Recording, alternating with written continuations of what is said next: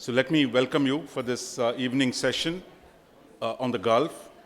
We're talking about bridging the Gulf, but I think the subject at hand is a fairly vast one. Few regions in the world today are as consequential as the Gulf region. For too long, I think we all assumed the outsiders are going to run the Gulf, that the Gulf was a theater in which the great powers were going to play. Today we see the Gulf itself actually playing a larger role outside. Until now we saw the other countries making wars in the Gulf, but we see the Gulf countries actually involved in conflicts way beyond the Gulf itself. We've seen a region that is one of the most conservative in the world. It's also produced some of the most radical organizations that the world has ever seen. It's a place where the Arab Spring and the developments since then have shaken the regional security order in the Middle East to its core.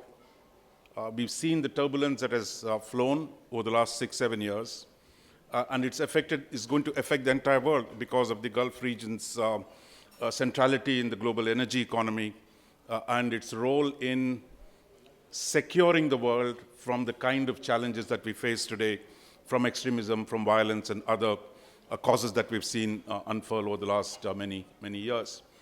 So talk about this exciting region. We have a very distinguished panel here. So even as you eat, I'm sure there is going to be enough of food for thought from the podium. So we're going to do this. I'm just going to first ask the panelists to briefly introduce themselves. Then we'll have an opening round of comments, short comments from all the 4 panelists, and then we'll open up for discussion with all of you. So let me start here. So maybe a brief introduction by all our colleagues on the panel here. Ebtesam Ketbi from United Arab Emirates, founder and president of Emirates Policy Center, plus I am professor of political science at UA University and member of consultative body in GCC Council. Good evening. I am Kazem Sajjadpour, the president of Institute for Political and International Studies, known as IPIS in Tehran.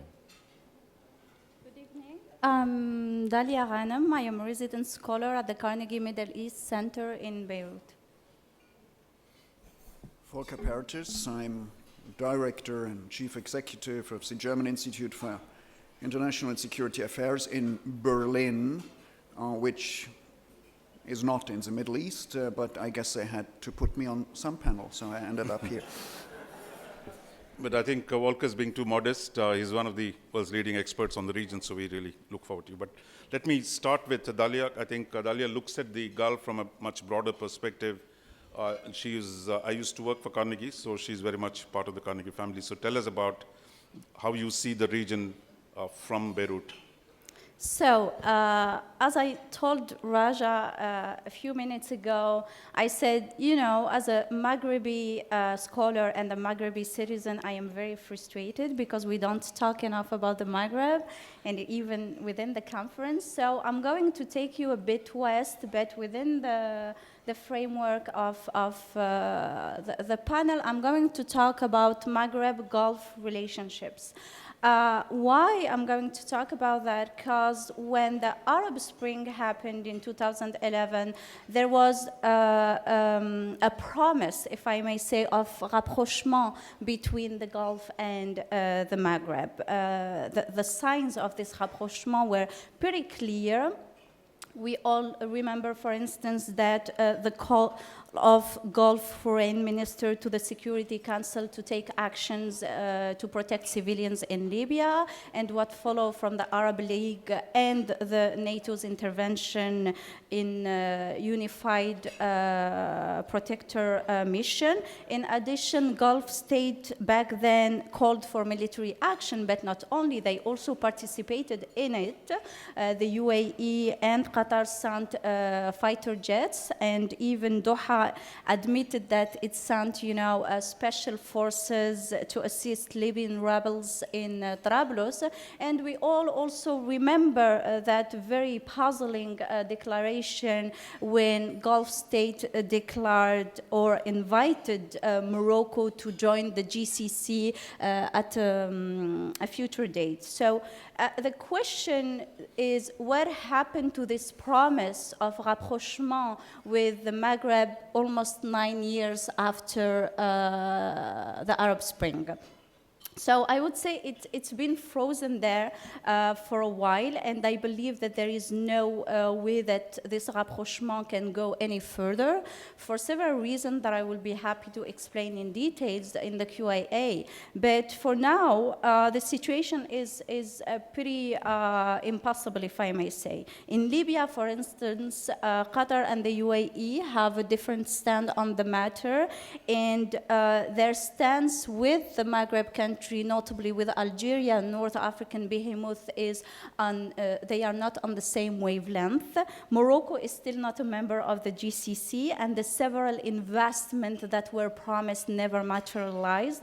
And although the Maghreb state, meaning Morocco here, Tunisia, Egypt, and Libya, did sign for the Islamic Military Alliance that Riyadh launched in 2015, they never took really proper or active actions. We remember that Morocco sent some forces in the Saudi-led Yemen campaign, but they called them a year after. So the question is, why this rapprochement is impossible? How can we bridge the Gulf, because the Gulf is big between these two sides? Well, there is three very important reasons that, in my eyes, are very, enlightening. The first one is the difference in their geostrategic priorities. The second one is the difference in the economic interests. And the first reason is the difference in political positioning. So let me give you a point on each, and I would be happy to develop later. Different geostrategic priorities. Well, as the panel talk about dynamic geographies, I want to say that let us keep in mind that geography matters. Geography defines and determines the policy of a state. On the economic level, for the Maghreb, for instance, for Maghreb state, meaning Algeria, Tunisia, Morocco, Libya, it's the EU is very important. The European Union is a very important partner. And actually, all Maghreb states, exception for Libya, have a trade agreement with the EU. The EU is the largest trading partner for Morocco. It absorbed 55% of Morocco foreign trade. It absorbed 45% of Algeria's foreign trade and 65% of Tunisia trade. So what matters for the Maghreb country in a nutshell is the EU. They don't really matter about the Gulf, exactly. Let us keep in mind also that Algeria, for instance, is the third energy provider to the European Union after Russia and Norway. So in a nutshell, also on the security level, the Maghreb country, what they look for on the security level is the south, meaning the Sahel, the quagmire that the Sahel became, while the Gulf doesn't really care, it's not a priority for the Gulf. So if I have to summarize this point on geostrategic priorities, I would say that to the Gulf, neither the relationship with Europe nor the Sahel security concern of the Maghreb state matter greatly in strategic terms. The same way, Yemen, a main concern for the Gulf, is not that important for the Maghreb. The second difference, and I will go fast on that, is the economic side. As I said, inter-Arab trade is generally low, but when it comes to Maghreb Gulf, trade is actually lower. Just to give you a very concrete example on that, less than 1% of Maghreb export go to the GCC, accounting for 2.5% of GCC import. And finally, the political positioning. Libya is a case in point. Libya is one of the biggest issues between the Gulf and the Maghreb. We have a country that is Algeria that was against the NATO intervention for several reasons that I can explain later, and Algeria was always pushing for a political resolution of the conflict. And for Algiers, the UAE, for instance, engagement in Libya is seen as not only dangerous but totally irresponsible. The same goes for Hezbollah. In 2016, in March 2016, when the Gulf state and the Arab League decided to declare Hezbollah a terrorist organization, Algeria not only decided to vote against the measure, but they also, Algiers released a statement when they declared Hezbollah as a rightfully resistant organization. So if I have to conclude, I would say that this promise of Maghreb rapprochement, Maghreb Gulf rapprochement is not going any time any further for these three reasons, but mainly because the priorities and the geostrategic interests are different. I think, Dalia, you've already told us how complex the region is, looking from the West. So maybe I'll turn to Volker now, since he's mentioned Europe.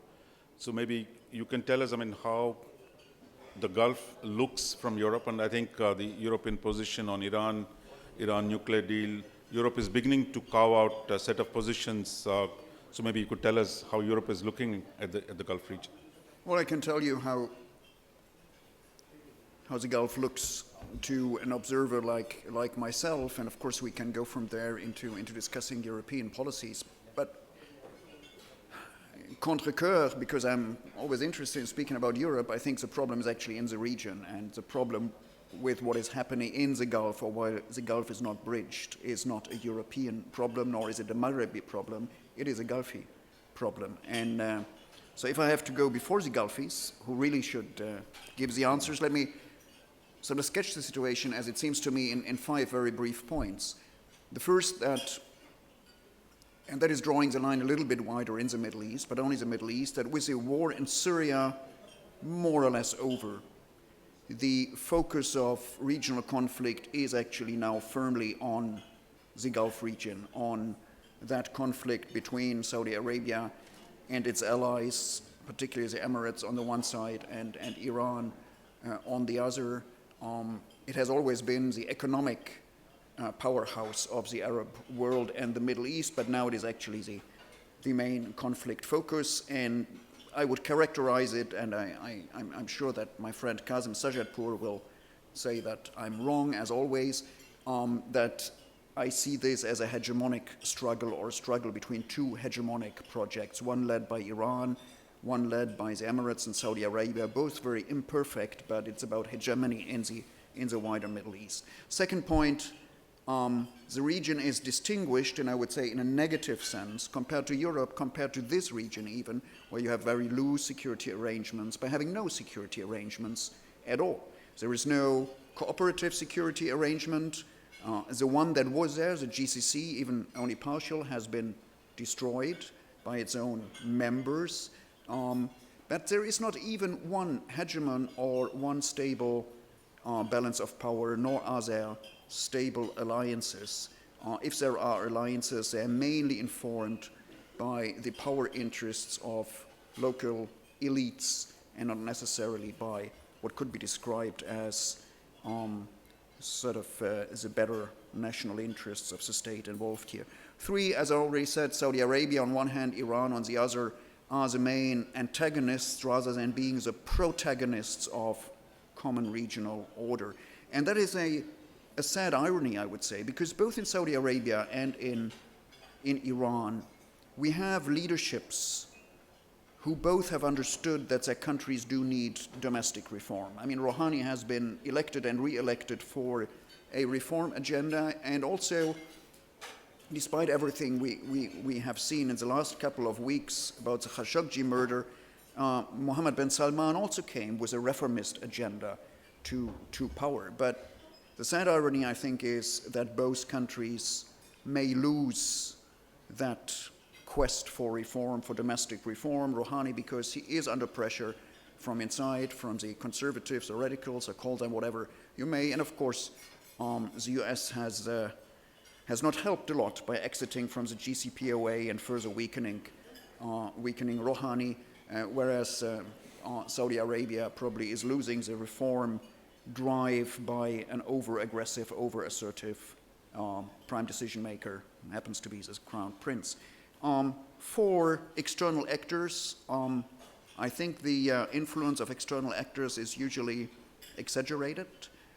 Yes, as I already said, foreign action like the exit from the GCPOA by the US can compound conflicts, make conflicts more difficult. Europeans would still, and that goes for basically all Europeans, would still stick to the GCPOA because we simply think it works, it is useful. It's not perfect, it doesn't solve all problems, but it was never meant to solve all problems. It was meant to solve one problem, and it has helped us in that respect. So, but if we want a regional order, if we want more cooperation here, don't rely on foreigners, don't rely neither on Europe nor on the United States or on India or China. It is about the Gulfies themselves who have to make the first steps. Now, and here I cannot hide that I was for a certain time period a UN official. I think the United Nations, for example, as an organization can help when it, and that's my last point, when it would come to initiating a regional dialogue, some form of constructive engagement or structured dialogue, as we would call it in the OSCE, in the Organization for Security and Cooperation in Europe, about things like armaments, like threat perceptions, like perhaps a nuclear file. I mean, we have a situation here where Iran has had and still has an ambitious nuclear program which is restrained through the GCPOA, where the Emirates is building reactors and has unilaterally foregone the right to, or has unilaterally foregone enrichment. Saudi Arabia is trying to build 16 reactors and has not foregone enrichment. So we have a situation here where we will have more and more nuclear installations, but no dialogue among the countries around the Gulf about that issue. And I think that would be one entry point, could be one entry point for a regional dialogue, probably structured, probably aided by the United Nations. Thanks. Thank you, Olka. I think you brought us right into the challenges that the Gulf faces. So now we have two speakers. So we'll start with Iran. No, I think, no, Iran, you should. Yes. We already had a lady speak first. Yes, very good. Thank you. Actually, I congratulate the audience because I think they are smarter than President Ford. If you remember, he said, I'm not able to chew a gum and to walk together. Walk and chew now, gum, yeah. They are listening and they are eating, I think, much more smarter than President Ford. So talking in this very smart audience requires a lot of meticulous details, but however, talking in 7 minutes on this issue, I would raise one question and answer it with three concepts. How we can understand situation today in the Persian Gulf, and what are the concepts which can help us? First of all, we are talking about the Persian Gulf. It's not the Gulf of Bengal or Gulf of Mexico, and history cannot be changed, geography cannot be changed, and I don't want to get to the polemic, and I think any course, any history 101, geography 101, everywhere in the world would suggest that it is the Persian Gulf. However, how we can understand the situation as it is, and what type of solution can we have? ABC. First of all, we are dealing with assumptions that need to be deconstructed. There are so many assumptions about my country, so many assumptions about this region, and I think these assumptions, as I saw in the questions in the program, are based on a type of dichotomization of the region. That you have this part, this issue, everything is divided on two. I think this is wrong. Why? We have differences, but differences are not particularly based on a type of dichotomization and polarization. Yes, there is difference between Iran and its southern neighbor. There are differences between these neighbors. There are differences inside each of them, but differences shouldn't lead to a type of dichotomization that Iranians versus Arabs, these states versus the others. I think this is a fundamental point of understanding of the region. Furthermore, I think if you look at the literature, it seems that some people argue that some problematic is in the nature of this region. I think it's not true. The region is like any other region, but interventions from outside, as well as deficiencies from inside, have created such a situation, not just today. It is about 5 centuries of international intervention. First were Spain and Portuguese, who came to this region. Then was the Netherlands, then came UK, then US. Of course, you had for a decade Soviet Union and American rivalry. al-Qasr was in Iraq was given to Soviets. And then, of course, the last 25 years, you see how many interventions there. So the region by itself doesn't have any problem, which makes it distinctive of the others. So any assumption on these differences should be deconstructed and rejected. My B is, where are the building blocks for a better situation in the region? We have to live together. We are from the region. Really, this is astonishing that the American administration is talking about pushing back Iran from the region. It seems that we are coming from the moon. We are in the region and part of the region. The question is, what if we want to reshape the region, what shall we do? What blocks which can be of building of the region should be identified? First of all, I would say regional players. I wouldn't, as my good friend said, I don't agree on hegemonic, let's say, rivalry, because Iran is not for hegemonic desire. Yes, some people think Iran is big by its nature, it would be hegemonic. We think that hegemony is impossible. I repeat, hegemony is impossible, be it regional, be it global. And we are not for hegemony. But there are two major players, regional players there, which can work together, and we are ready for working. I mean, Iran has always been ready, is ready, and will remain ready for cooperation. But I think the region should not be exclusively looked by these two regional players. The other states matter. Small states matter. I think small states matter, and we cannot ignore these important small states, especially during the last decade. And when I say matter, I think positively and negatively. It doesn't matter on one side. The other building block would be a balance between economic and social needs and security concerns. So the region should not just be looked from a security perspective and looked as a securitized region per se. People are people. They have social life, economic life, and it shouldn't be just about militarization, alliances, and so on and so forth. Based on this, I go to my C and I end.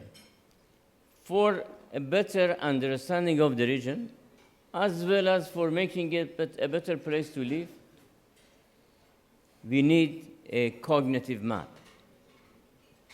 The speech of our foreign minister made my job here easier, because he outlined this cognitive map in a way or the other. I would very briefly touch upon few components of a cognitive map which we need in the region, in the Persian Gulf, for the betterment of the situation. What are these components? First, I think is the concept of acceptance. We have to accept who we are and who the others. Just yours. If I'm finished, I stop. You didn't show the others, but it's a discrimination against Iranians, as always. But in India, we believe there would be a hospitality exerted by Indians, so I consume a couple of more minutes and I finish. Acceptance. We have to accept each other. We accept the others as they are. They should also accept that we are an independent state, 40 years after revolution. We have an institutionalizational process. We have institutions of our own, and so on and so forth. Second, I think rejection of zero-sum mentality. This is the disease, either or. I think this is the disease of any security architecture as well as any good life. Finally, I think we should work for a phased and functional approach for the regional security arrangement. A phased one, we can phase it out, talks, actions, especially on functional issues. And my final point is, in the cognitive map, we have to believe in interconnectivity. Our life is connected together. We understand it, and we hope this interconnectivity, which also makes a link between us and India and the subcontinent and the other part of the world, be understood.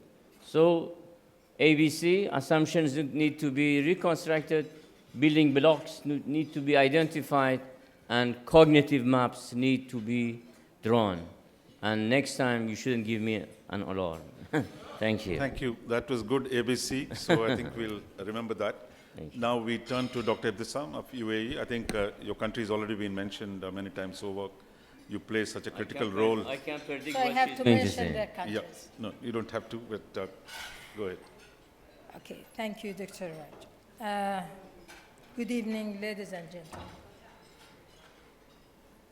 Well, I'll go straight.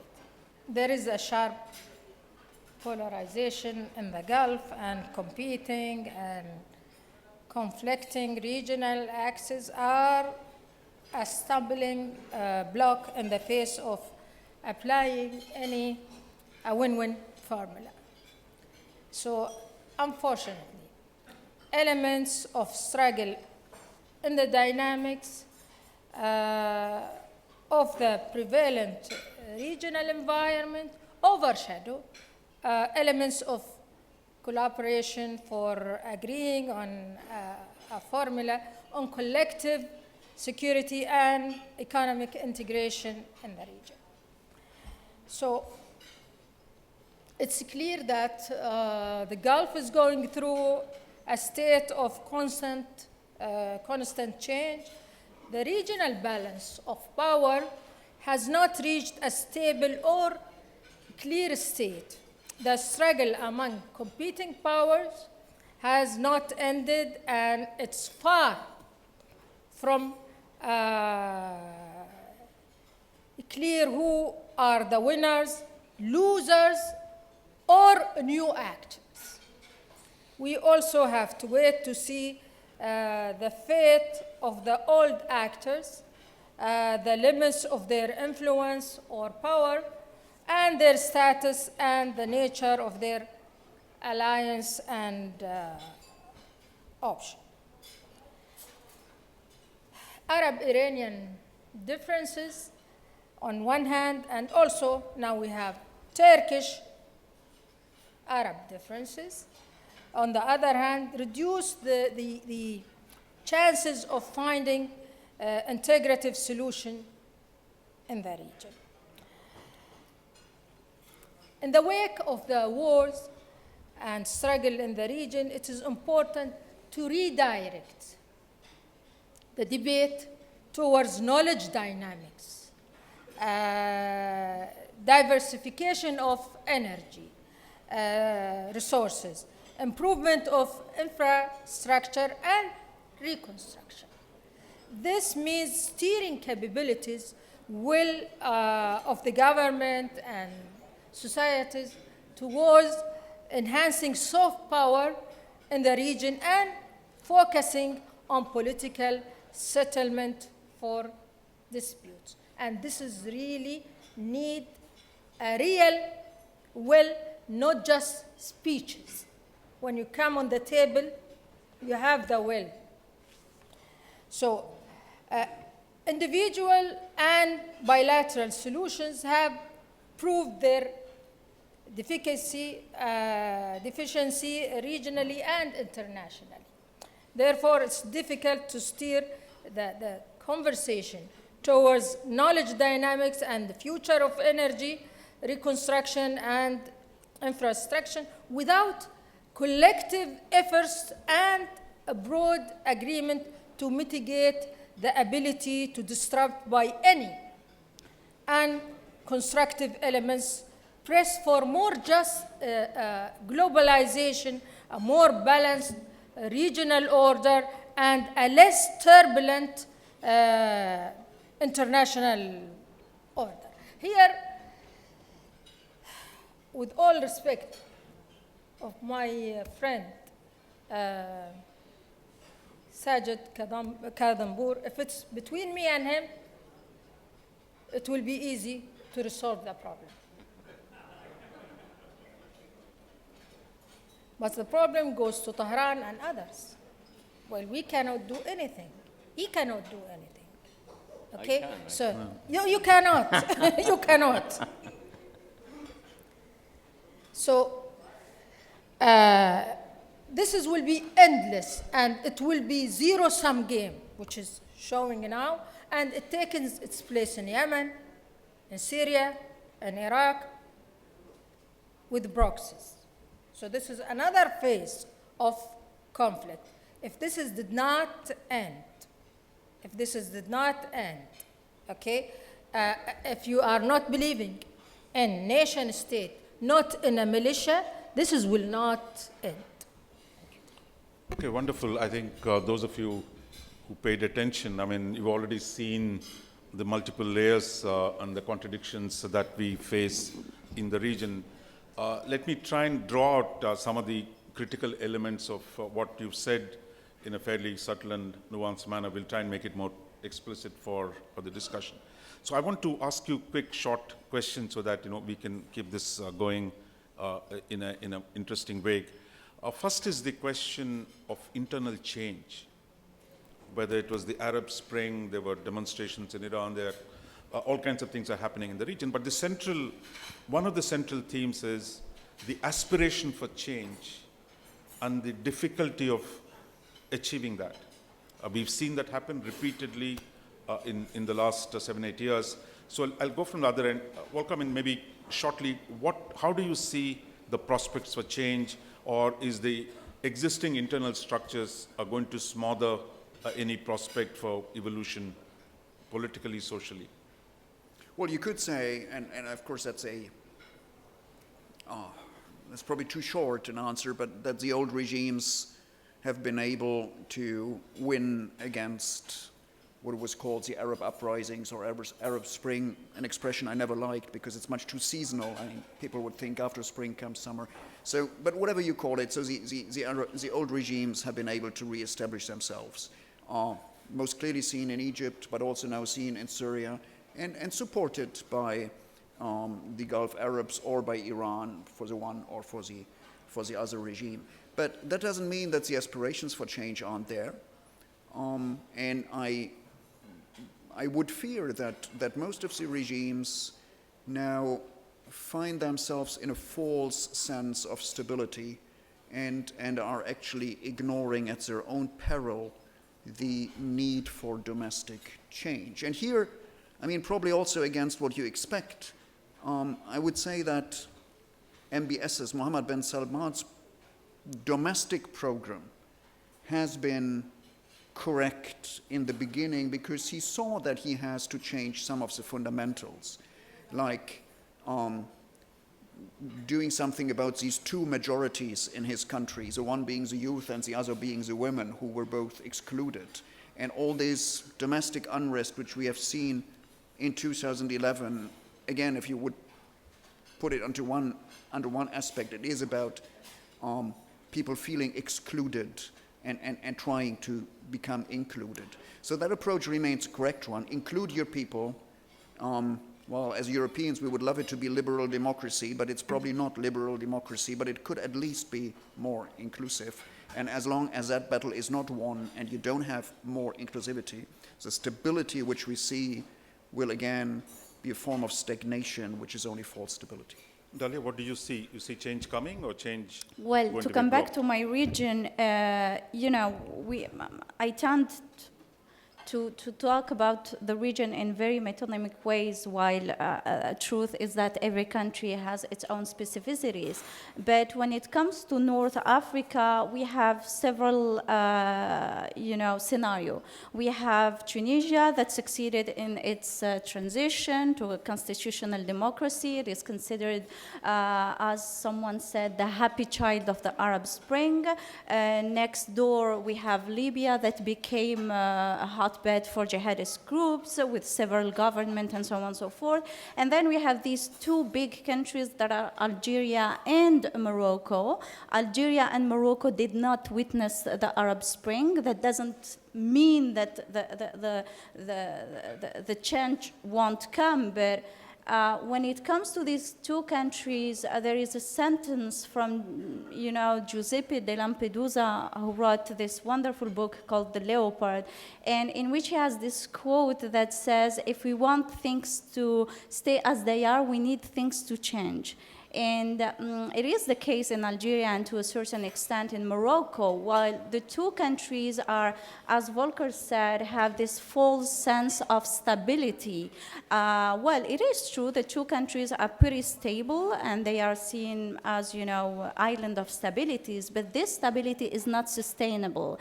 Why? Because people want change and they want change to come. In Algeria, it's a different matter. People don't want to go in violence because of the history of this country. However, things will have to change at a given moment. Now, the two countries, and I focus on them because it's my area of expertise, but the two countries are witnessing, daily demonstration. There is demonstration on a daily basis in Algeria and Morocco. In Morocco, we all remember what happened with Al-Hirak. And in Algeria, there is a writer who wrote about Algeria in French that c'est le pays des mille et une émeutes. It's the country of the 1,000 demonstration. So that shows that people are demonstrating and they want change. However, one should be cautious about it because these demonstrations are, for the moment, non-revolutionary. The question is until when they will remain non-revolutionary. Thank you, Dalia. Prospects for reform, as Volker said, President Rouhani came on a platform of reform and change. Where do you see that going? 3 quick points. First, I think change is a permanent part of all human societies. The only thing that doesn't change is change. We have change everywhere, and changes, are integral part of all societies, and the quest for change. The second issue is perception of change. How you perceive a change. If you see a demonstration in Iran and say, oh, people want the totality of system to be overhauled, I think it is your perception, which is wrong, because demonstrations happen everywhere. Every places have demonstration. Of course, there are forces for change everywhere in the region, and different perceptions is something different. Now, the third point, which is very fundamental, is how you manage the change. I think in Iran, after 40 years of revolution, everybody knows that we have a constitution, and some of other neighbors don't have any constitution. And in this constitutional republic, we have almost more than 30 elections. Elections are medium for management of change. And I think this is very important to see when you have election, you have parliament, you have debates. If you read Iranian papers, if you read Iranian debates, they are all about the betterment of life and change. But how you manage it Is it through constitutional mechanism and channels? I think is the best way for managing all the issues. UAE has been talking about modernization of change. Probably some very interesting things that your government has done. Maybe you could tell us, is that a long-term agenda of change, or is it a temporary attempt of response to the Arab Spring? No, in fact, this has been started before Arab Spring. This is continuous. UAE is different, more dynamic, and the leadership since Sheikh Zayed and the young leadership came before adapting new ideas, which made now UAE the most preference for the youth in the Arab world, pointing when they've been asked 99% where do you want to live? Most of them, they say UAE because of stability, because of modernity.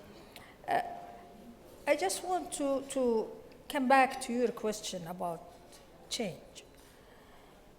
I believe that the old Arab order has been changed. It has been changed since September 11th, since American invasion of Iraq, and of course the event of Arab Spring.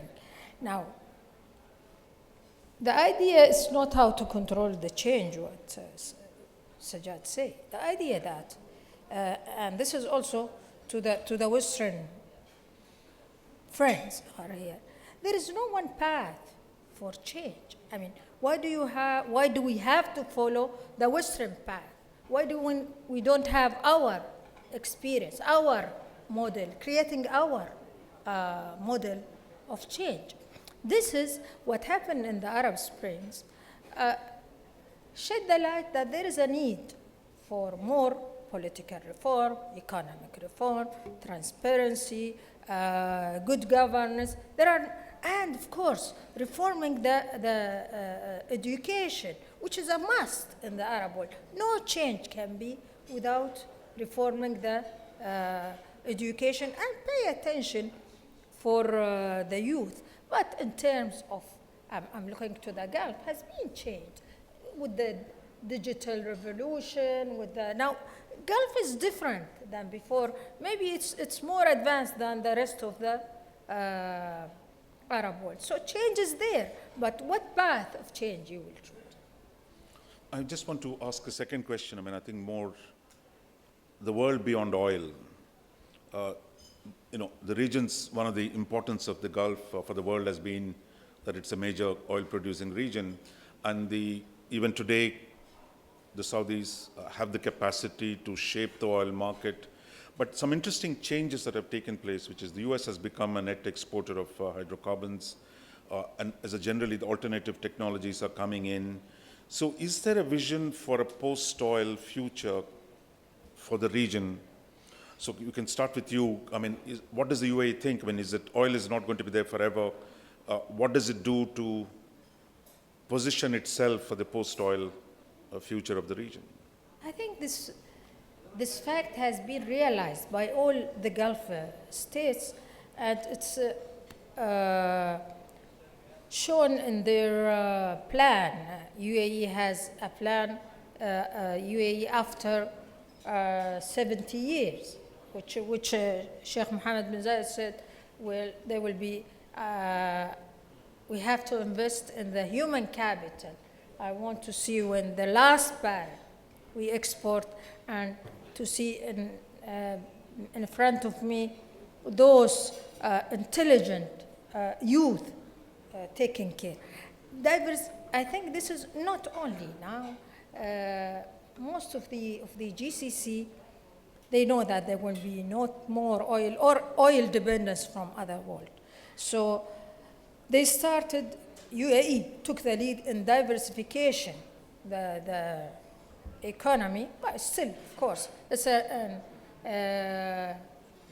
oil economy based. But they have this, Saudi, they have 2030, Kuwaiti also, They have 2030, Qatari, Bahraini, Omani, all of them. These plans to prepare themselves after the oil. So all of them, they have their future plans. So Iran, would you want to say something? Yeah.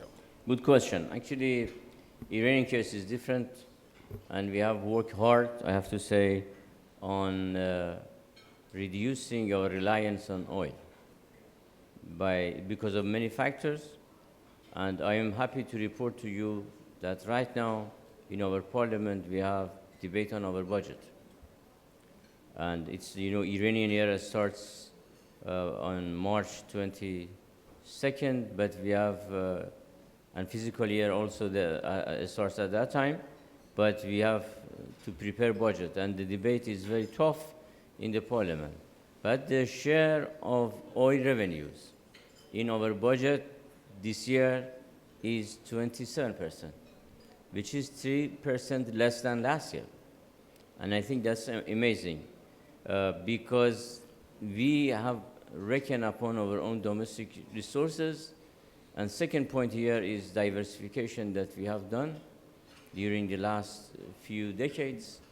Furthermore, high investment on education, especially higher education, has made Iran, I think, the fourth engineering producing country after the United States. Now we produce 200,000 engineers a year, and the economy, the quality of economy is shifting from an oil dependence to a more diversified, knowledge base with a society which is very urbanized, about more than 70%, and an illiteracy rate more than 90%, which makes Iranian modernization a modernization from within. Would you want to add something, Dalia, on the oil issue? Well, when it comes to the Maghreb, Algeria is is one of the biggest. Actually, it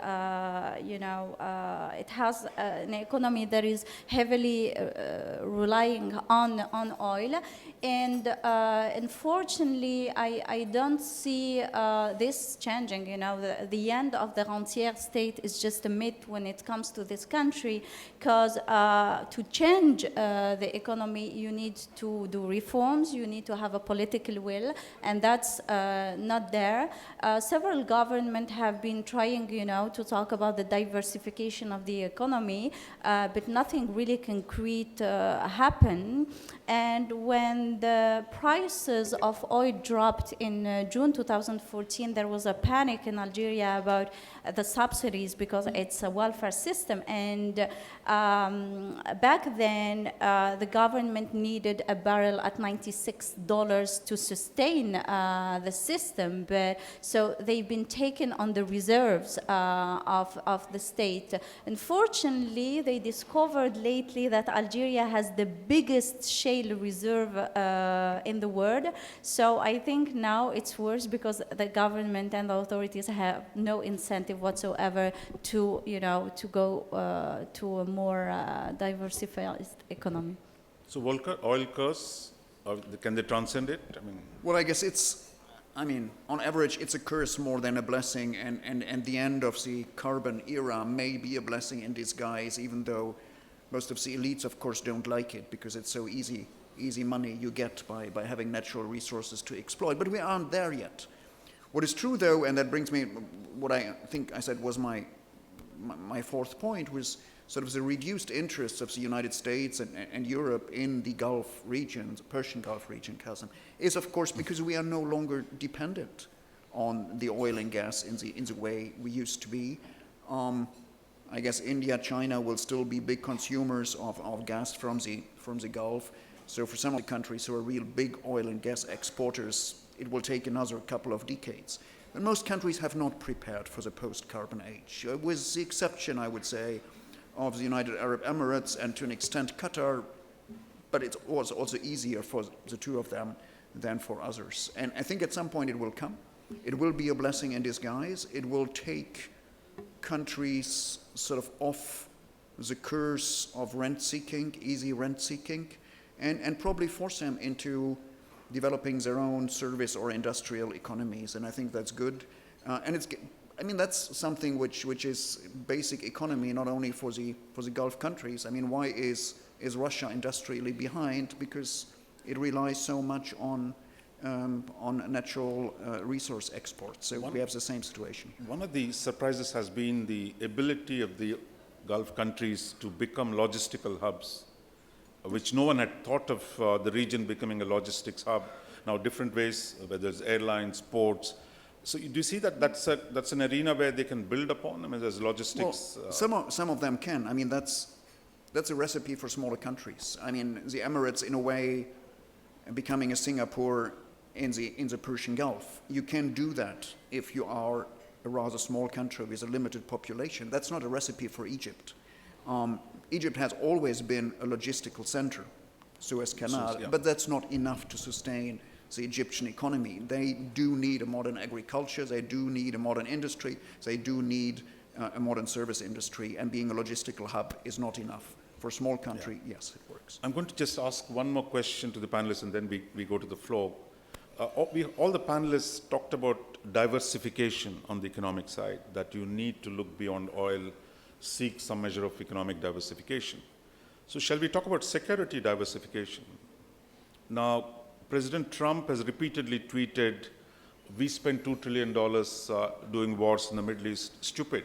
That's a kind of shortest summary of probably the US policy that we've heard. Now, if the US is serious about pulling back from the Gulf, we've heard some signs of it, and not just the Gulf, the Middle East as a whole, then what does it happen? How is that vacuum going to be filled? That is, if the external balance changes, that is, a regime security that is dependent on the US guarantees, if that is taken away, how does the region diversify its security away from the US internally and externally? What are the likely consequences? One quick, short, rapid-fire answers from you, then we'll go to the floor. Yeah. Volker, you want to start? Should I begin? Well, I mean, one answer what I try to give is start establishing a regional security order which builds on your own interest, your own threat perception, your own common destiny in working with one another. And there's nothing against having external friends, partners as quasi-guarantors. Like when, and I don't want to say anybody should repeat the European experience, but it is just sort of one experience we Europeans know about. The Conference for Security Cooperation in Europe, which of course was held in the Cold War, and then the Organization for Cooperation and Security in Europe, it has countries like Canada and the United States among its membership, because sort of security seems to be better rooted if you have a couple of these distant friends around the table. So that would probably an option for the Gulf countries if they are not secure enough of one another, too much distrust between one another. Why not ask countries like the Europeans, the Americans, the Indians, whoever, to participate in security arrangements? Is too much of an ask for the region to do its own security, Dalia? Maghreb, I think the biggest issue of Maghreb countries / Sahel is the solution would be cooperation, of course, on security level. But the problem is the lack of trust between these different countries. Algeria is a big, regional power, but there is the big issue with the Moroccan neighbor regarding the Western Sahara. So there is a lack of intelligence sharing and so on and so forth. For the Algerians, protecting Tunisia is protecting Algeria as they share borders with them, and they are also scared of what's going on in Libya. So the solution would be cooperation, but again, they need to trust each other. As we have a French footprint in the region, this adds another layer of complexity. Just to give you a small example, I know I am going in details, but the G5 Sahel that was created as a French initiative for the Sahel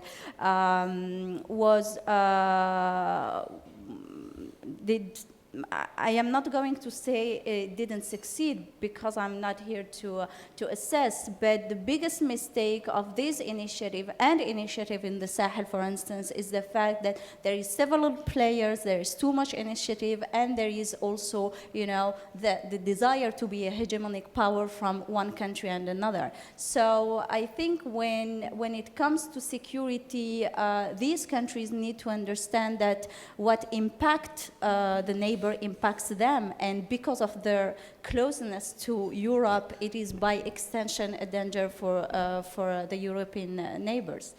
Yeah, thank you. I think, you know, Iran has always been asking the external powers should get out of the Gulf. Assuming they do, how are you going to run the Gulf? Very easily. First of all, let me have, again, 3 points. First, I think U.S. is not really leaving the region at all. And I think what is doing Trump is increasing the price for providing security for its allies. And I'm sorry to say so, but it is very humiliating. And as a person from the region, I'm so angry the way that he treats our neighbors, humiliating them for providing the security and increasing, I mean, obviously, publicly showing them that they cannot survive without the United States. Why? Because he wants more money. And here, the concept of money-based security, borrowing security, is not working really. This is the reason. Second point is, Iran is the only country which is providing its own security 100% domestically, both hardware size and software size. And that's very important. Third, I think nothing will happen if there is enough understanding and arrangement between literal states of the Persian Gulf, and I think it can be done. There are, on the Iranian side, it has been our policy, even we are ready to sign non-aggression pact with all of these states. Of course, they differ in their relationship with us, but what happened in the blockade of Qatar last year showed nothing is, impossible from, let's say, some of the regional actors there. However, I think even with that framework, the region can have its own regional security architect. Nothing will happen if a gradual work is done, and I assure you that would be much better. Yeah. Whereas the UAE is already taking a number of steps to strengthen its own security. Is there a grand strategy there, how you plan to do post-US security?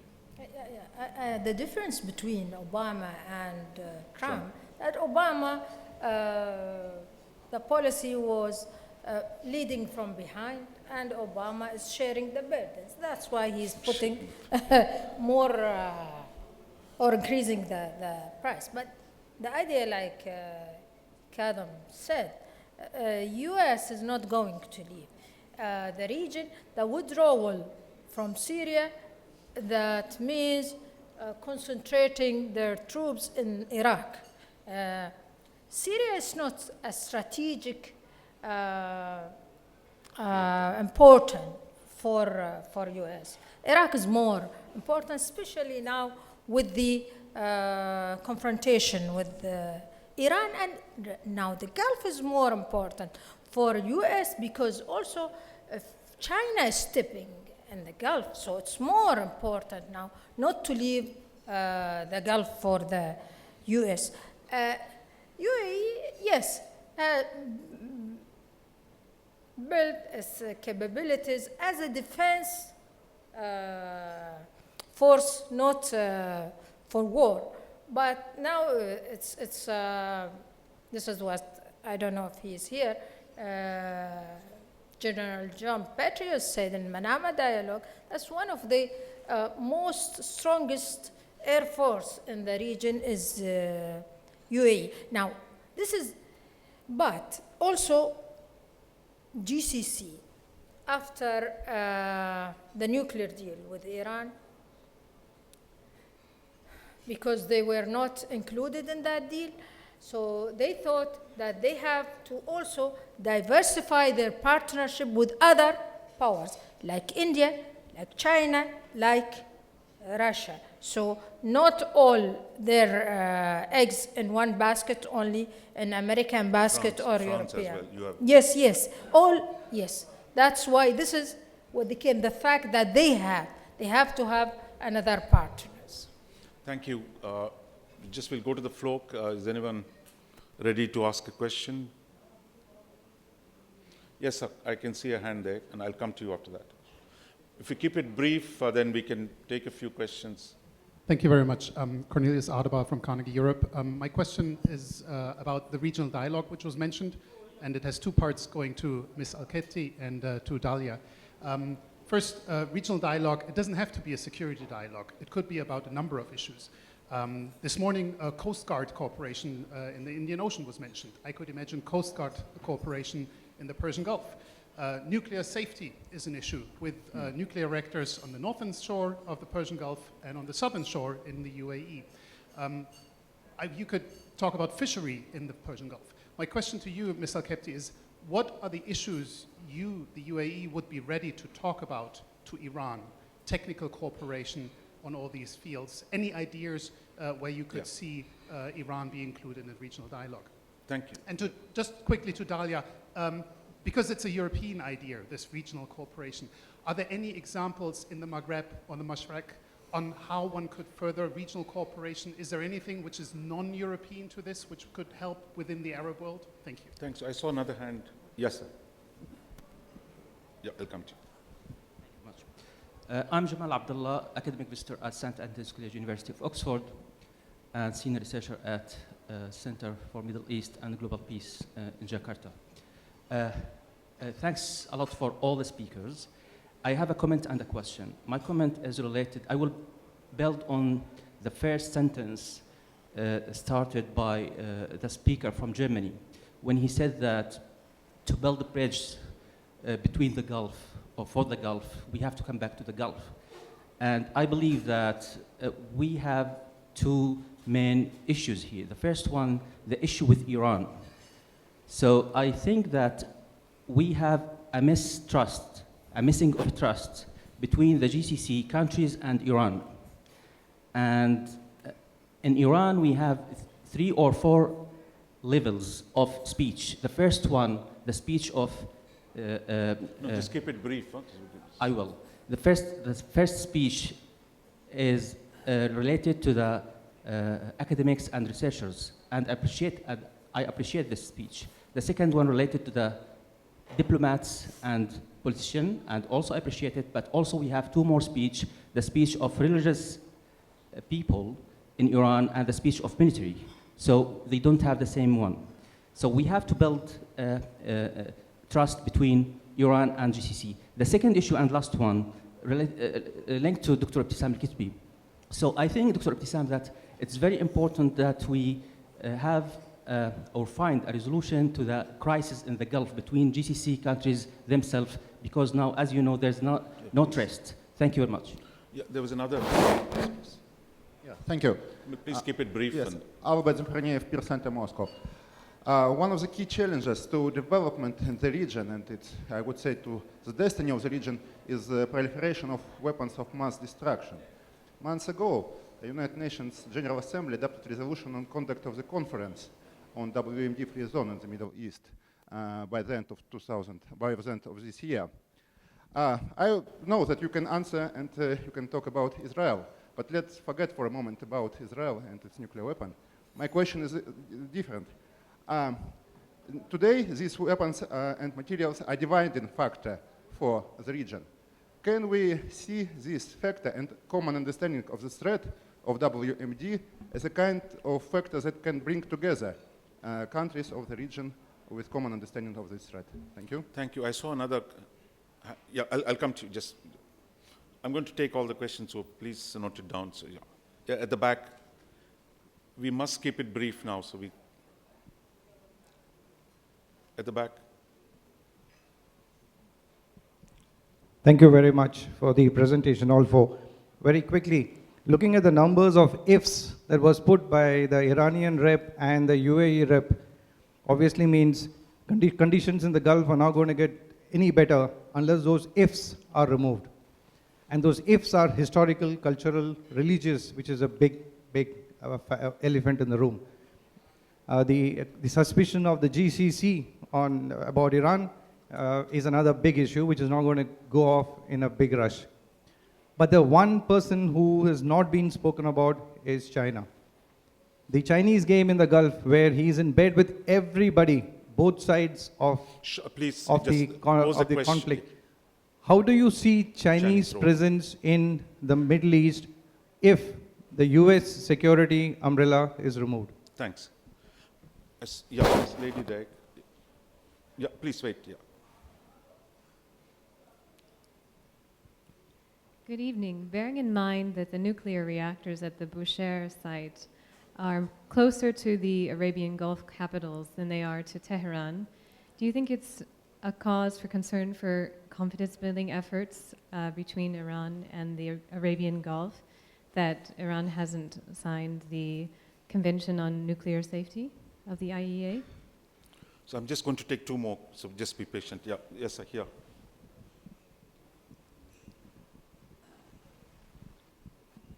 Thank you. Lano from SEPS in Brussels. A quick question for Dalia. First of all, situation in Algeria. We know so little. Algeria is a black box which could implode. The political system is seems to be stable, but could be extremely unstable very rapidly. And then secondly, Egypt, socially very unstable, could explode as well. I mean, Egypt, which has become extremely dependent on Saudi money, and which is politically very weak. What about the situation in these two countries? Yeah, thank you. I saw one more hand at the back. Yeah. Yes, please. Hello, Joy Forster, East Africa correspondent for the German press agency. I'm wondering, there's been an increase in interest in the Horn of Africa and the Red Sea by a lot of global powers, and especially Gulf powers recently as well, not only in Djibouti, but in Somaliland and Eritrea and Sudan, in the form of investment in harbors and military bases. I'm wondering whether you think that there's a risk that the tensions in the Gulf and the hegemonic tensions in the area could spill over across the Red Sea into the Horn of Africa, and what consequences this could have. Thank you. Thank you. I think we had a number of questions from trust to specific examples of how we can learn on the nuclear issue, etc. So shall we start with you? I try to generalize quickly on it. Now, with regards to dialogue with Iran, me and Kadam, we went through many of two-track dialogue. But now, academic and researchers, they can only discuss, but when it comes to those whom they are taking the decision, this is the problem. This is the problem. And mistrust, there is mistrust. And don't tell us you have to trust, while you see what Iran is doing in Iraq, what Iran is doing in Syria, what Iran is doing everywhere. So with this, also a sectarian war. This hasn't been in the region before the invasion of Iraq. This has not been there. We lived Sunni with Shia, with the Christian, with Jews in the region. No, in peace. We lived in peace. Since that started, where I call it, this is the bomb for the region. Now, the initiative for clearing the region from mass destruction weapons, always opposed by Iran, that you have to take Israel first. And it stopped there. It doesn't go anywhere from that. Now, regarding China, I'm always telling my Chinese friend, you are a free rider, because Americans secure the Gulf and you benefit. What if Americans leave? And it shows now with the military base in Djibouti, with that China also is going to protect its interest in Africa, so in the region. So might be going for military. Regarding the Horn of Africa, it's important because of the piracy. Security of that area is crucial for the Gulf, for Saudi now with this new rim, which they made it Horn of Africa, which including Saudi. I think we might have kind of cooperation, but still this area is very strategic and important. I know we are running out of time. So- Yes, good questions.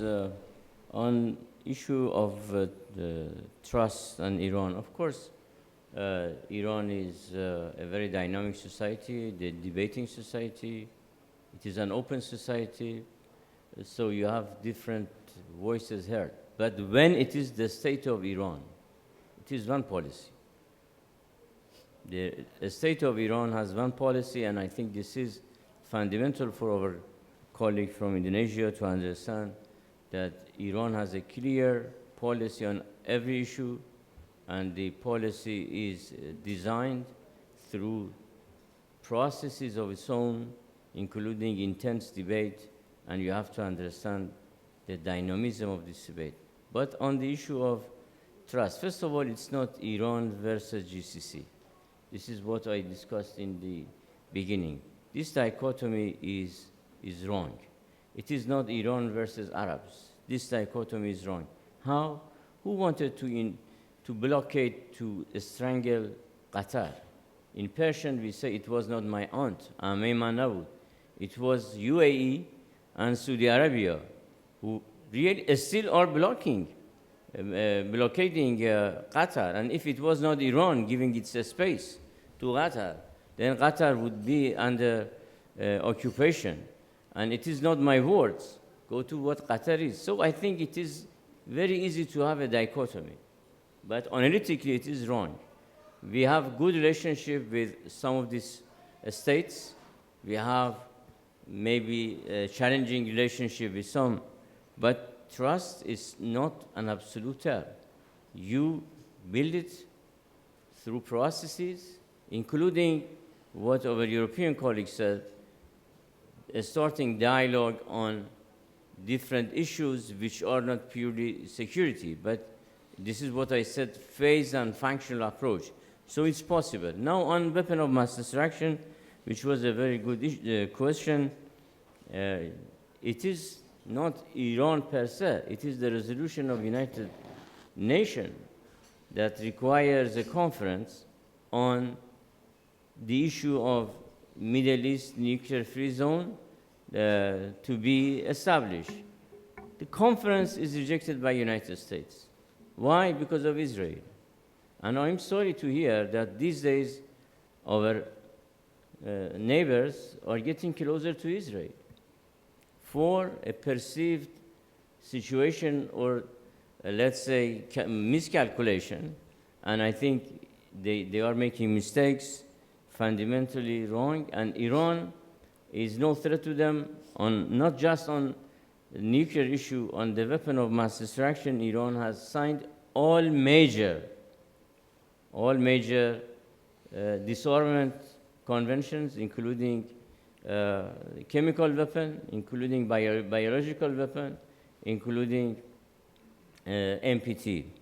Now on the issue of nuclear safety, Bushehr is a civil nuclear issue, and it is under all the safety measures of International Atomic Energy Agency, and there is nothing to be worried.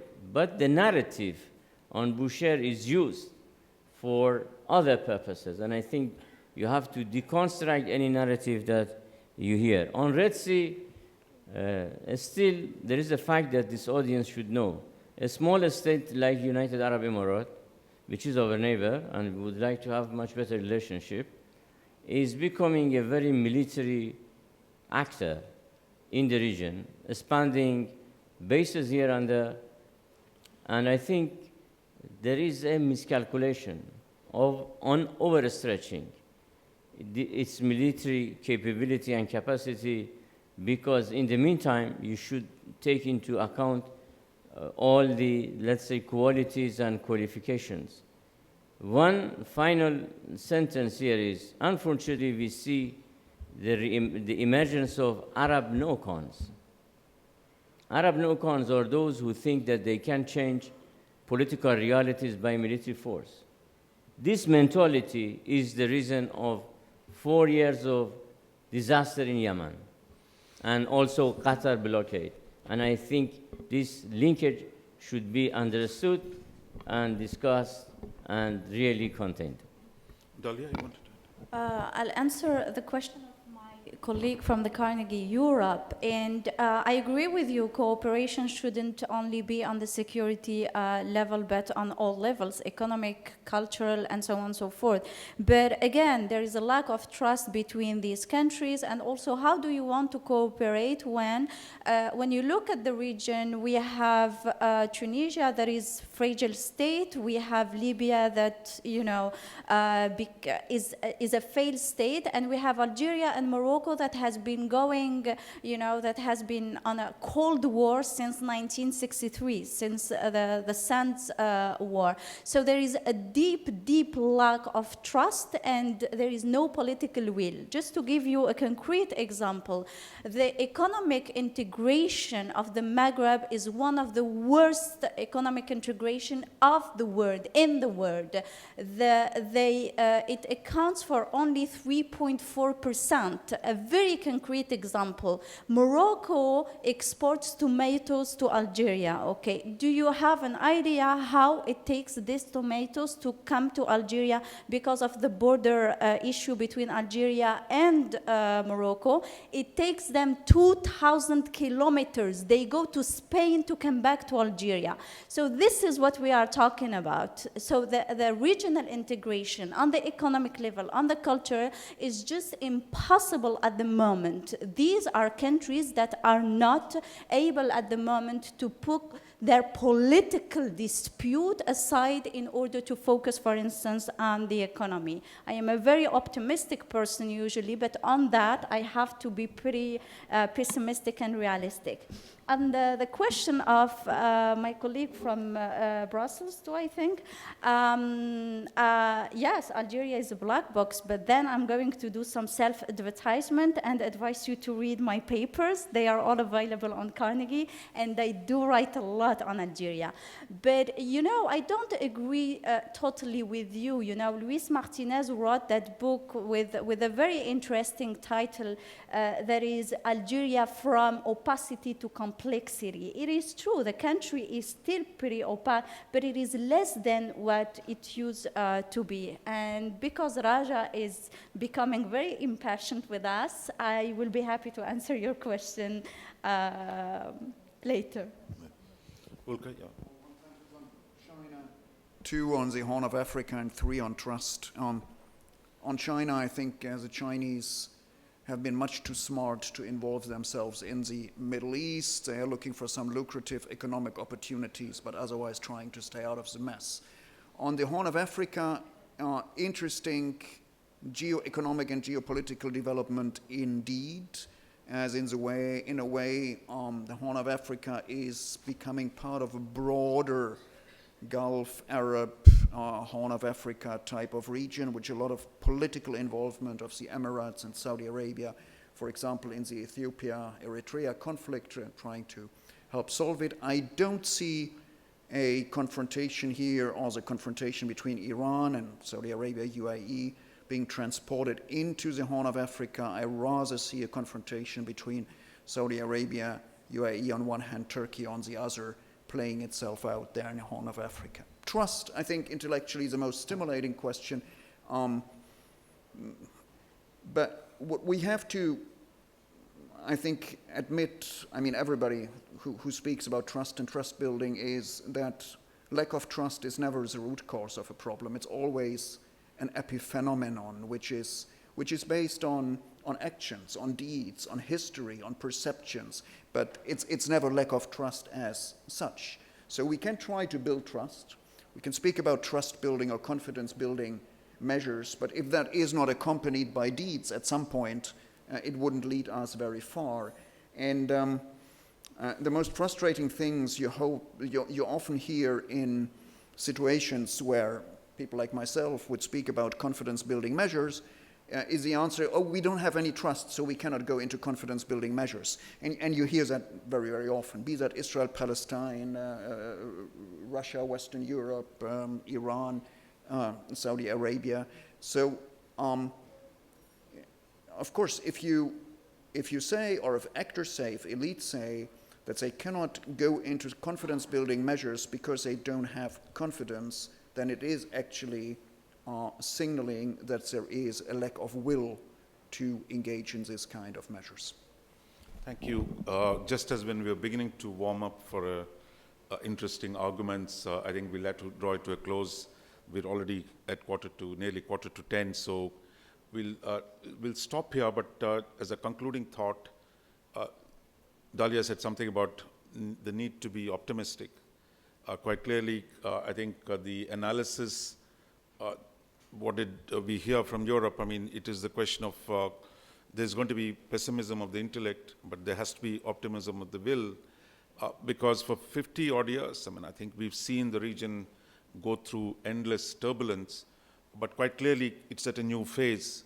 There is restiveness within the societies, there is aspiration for change, and the post-oil era is going to compel some rearrangement, some reworking of the internal institutions. It is those who manage these transitions are going to succeed, and those who are not going to be able to do it will get into problem. The second set of issues, I think the internal balance within the region is changing. The logic of territory, resources, and capabilities is being redone, so there's going to be some measure of internal change in terms of how the balance of power within the region. And finally, the kind of wariness of the United States of how much it will do, that is going to create a change in the external balance of the Gulf. So this is going to be an exciting period. This is also going to be a period where, given the nature of the region and its impact on the rest of the world, what happens there is going to affect all of us, especially India. For us, the Gulf is one of the closest regions, and our interdependence with the Gulf is deep, economic, cultural, as well as political. So it is a region that India would continue to follow, and for the Raisina Dialogue, as you said, we'll probably expand this to cover more themes, North Africa certainly next time. But ladies and gentlemen, please join me in thanking our panel for making such a complex subject at least open for some analysis and understanding.